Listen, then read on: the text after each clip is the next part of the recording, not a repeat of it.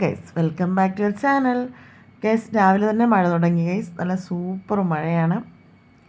ഈ മഴയത്തൊരു കിട്ടിക്കാച്ചി കപ്പ ബിരിയാണിയാണ് ഇന്നത്തെ നമ്മുടെ വീഡിയോയിലേക്ക് പോകാം ഗൈസ്. ആദ്യം തന്നെ ചട്ടി അടുപ്പ് വെക്കുക, അതിലേക്ക് എണ്ണ ഒഴിക്കുക, കടുകിടുക. കടുക് നന്നായി പൊട്ടി വരുമ്പോഴത്തേക്കും 5-8 കൊച്ചുള്ളി അതിലേക്ക് ഇടുക. അതിനുശേഷം ഒരു പിടി തേങ്ങാക്കൊത്തൂടെ ചേർത്ത് കൊടുക്കാം.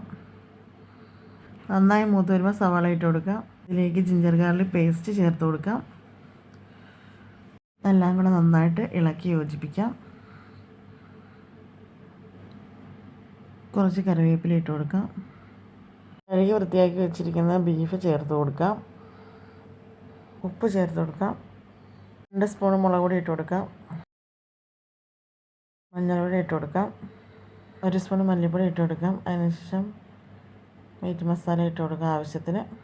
നമുക്കിതെല്ലാം കൂടെ നന്നായിട്ട് ഇളക്കി യോജിപ്പിക്കാം. അതിനുശേഷം വേകാൻ ആവശ്യമായിട്ടുള്ള വെള്ളം ഒഴിച്ച് അടച്ച് വെച്ച് വയ്ക്കാം. ബീഫ് വേകുന്ന സമയം കപ്പ റെഡിയാക്കാം. കപ്പ ഒളിച്ച് നമുക്ക് കഴുകിയെടുക്കാം വൃത്തിയായിട്ട്. ആവശ്യത്തിന് ഉപ്പും വെള്ളം ചേർത്ത് അടച്ച് വെച്ച് വേവിക്കാം. അരപ്പ് തയ്യാറാക്കാനായിട്ട് നമ്മൾ തേങ്ങ ചിരകി എടുത്തിട്ടുണ്ട്, മഞ്ഞൾ എടുത്തിട്ടുണ്ട്, കാന്താരിമുളക് പച്ചയും പഴുത്തതും എടുത്തിട്ടുണ്ട്, ജീരകവും വെളുത്തുള്ളിയും എടുത്തിട്ടുണ്ട്. പിന്നെ നമ്മുടെ കപ്പ വെന്ത് ഗൈസ്, ഇതിലേക്ക് നമുക്ക് അരപ്പ് ചേർത്ത് കൊടുക്കാം. അരപ്പൊന്ന് വെന്ത് വരാൻ വേണ്ടി നമുക്ക് അടച്ച് വെച്ച് ആവിയേറ്റാം. അരപ്പൊക്കെ നന്നായിട്ട് ചേർന്ന് നമ്മുടെ കപ്പ നന്നായിട്ട് ഉടച്ചെടുത്തിട്ടുണ്ട് ഗൈസ്. നമ്മുടെ ബീഫും നന്നായിട്ട് വെന്ത് വന്നിട്ടുണ്ട്. ബീഫിലേക്ക് ഇതാ നമ്മുടെ കപ്പ ചേർത്ത് കൊടുക്കുന്നുണ്ട്. നന്നായിട്ട് ഇളക്കി യോജിപ്പിക്കാം.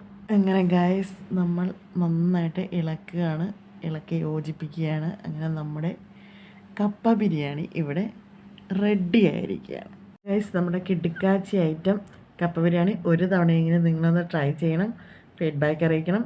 അപ്പോൾ ഞങ്ങളുടെ വീഡിയോ ഇഷ്ടമായാൽ ലൈക്ക് ചെയ്യുക, ഷെയർ ചെയ്യുക, കമൻറ്റ് ചെയ്യുക, സബ്സ്ക്രൈബ് ചെയ്യാൻ മറക്കല്ലേ. നെക്സ്റ്റ് വീഡിയോയിൽ കാണാം.